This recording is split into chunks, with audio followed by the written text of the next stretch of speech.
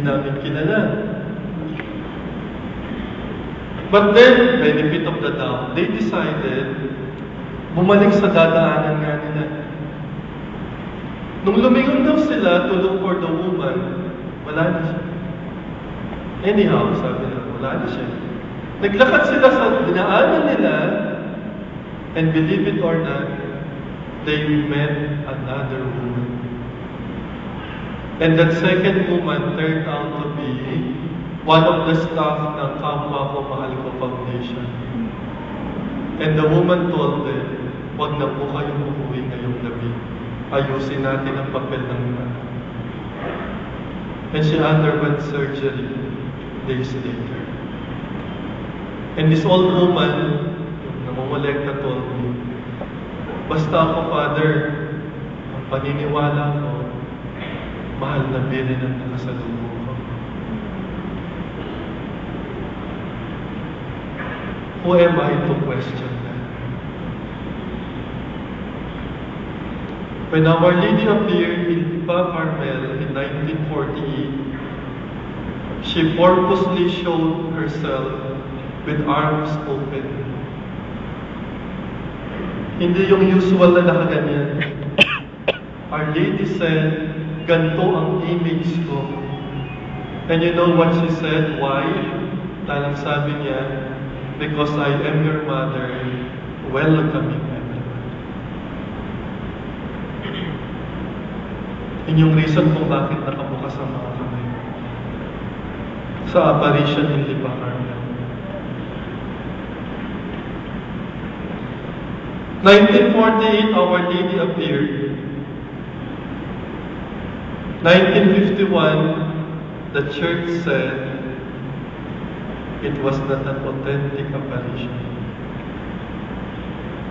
1951. 3 years later, Teresita Castillo, the one to whom Our Lady appeared, said to Our Lady, kasi sabi ng simbahan, hindi authentic. So sabi niya, Mother Mary, make me forget. Para makalimutan na lang niya. But she did not. The two bishops who were supporting the authenticity of the apparitions in Lipa Carmel, they were, so to speak, exiled. Bishop Obiar, the auxiliary bishop of Lipa then, was sent to Quezon. The Archbishop of Lipa then, Archbishop Versosa, was sent to Ilocos Sur. He died poor and depressed, Archbishop Versosa. Bishop Obiar instead, he was able to pick up his life again and establish a new congregation, the Missionary Catechist of St. Therese. Nasa Quezon po yan. Tayabas, Quezon. But they believed in the apparitions. And more than that, what I told you before, they obeyed. They obeyed. Kahit iba yung paniniwala nila, they obeyed the church. It meant suffering for them, but they obeyed. That is how they moved. Yun po, Mother Superior, during the time, si Mother Cecilia, she was sent to Haro, Iloilo for many years. Exiled. She returned to Lipa Carmel in 1980. And she said, palagi niyang sinasabi dun sa bagong superiora, please allow me to offer my life to Our Lady and the cause of the mediatrix of all grace. Sabi ng superiora, no, Mother, no, you cannot do that. Thinking that something tragic will happen, probably. Then one day, siguro nakulitan na yung bagong superiora, sabi ni Mother Cecilia, she repeated again, please allow me to offer my life to Our Lady Mediatrix of all grace. Siguro mayroong disoriente doon, nakukulitan na yung superiora, sabi niya, sige, do it. That morning, it was 1982, December, if I'm not mistaken. Mother Cecilia offered her life to Our Lady, Mediatrix of all grace. That evening, she fell off the staircase of Lipa Carmel inside the monastery, and hours later, she died. Hours later. There was another Carmelite nun, 1990. She was dying. Ang Arsobispo nun sa Lipa, si Archbishop Gabiola. She wanted to see Archbishop Gabiola. Remember mo, 1951, the church said hindi authentic ang apparitions. So yung mga petals, it was ordered all the petals to be burned, all the stampitas to be burned, and the image, the original one, to be burned as well. But the sisters could not do it, so what they did was, pinantahan nila ng blue at nilagyan ng puso sa gitna. O naging Immaculate Heart of Mary. Lusot ng mga mongan. Pero tinago na nila. Nakatago for more than 40 years. Itong mother na ito na namamatay wanted to see Archbishop Gabiola to request na sana ilabas na in public yung image, but she died without having said it.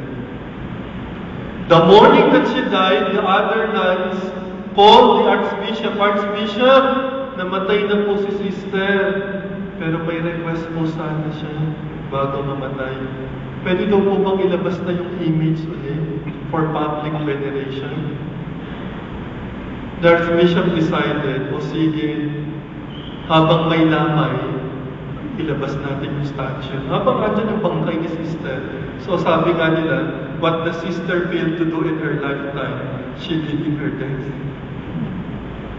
Then the Archbishop decided, ay hindi, wag na habang may wake. Let's extend it always and always. So from the death of that sister, to this day, inilabas na yung image. What is my point here? Ibang-iba po yung apparitions ng Our Lady in Lipa Carmel. It was marked by sacrifice. Unwanted and unsought sacrifices. But they embraced it. They embraced it. Di po ba tayo ganun din naman? With all due respect sa mga healing, ano? They are good, they are authentic. Kaya nga, we tend to crowd. It's good, talagang ganun. May the Lord take away all our pains and difficulties. Gusto natin, di ba, mawala agad ng tumor, mawala agad ng ganyan, mawala ang ganun. But in Lipa Carmel, it was something different. Our Lady promised that the miracles of taking away our pains, but the miracle that we can turn our sufferings and pain into offering to God. Yun ang iba sa Lipa Carmel. Kaya wala nung miraculous water. Wala nung dancing sun, as it were. Although may reported na isa. Iba. It was a message for us Filipinos.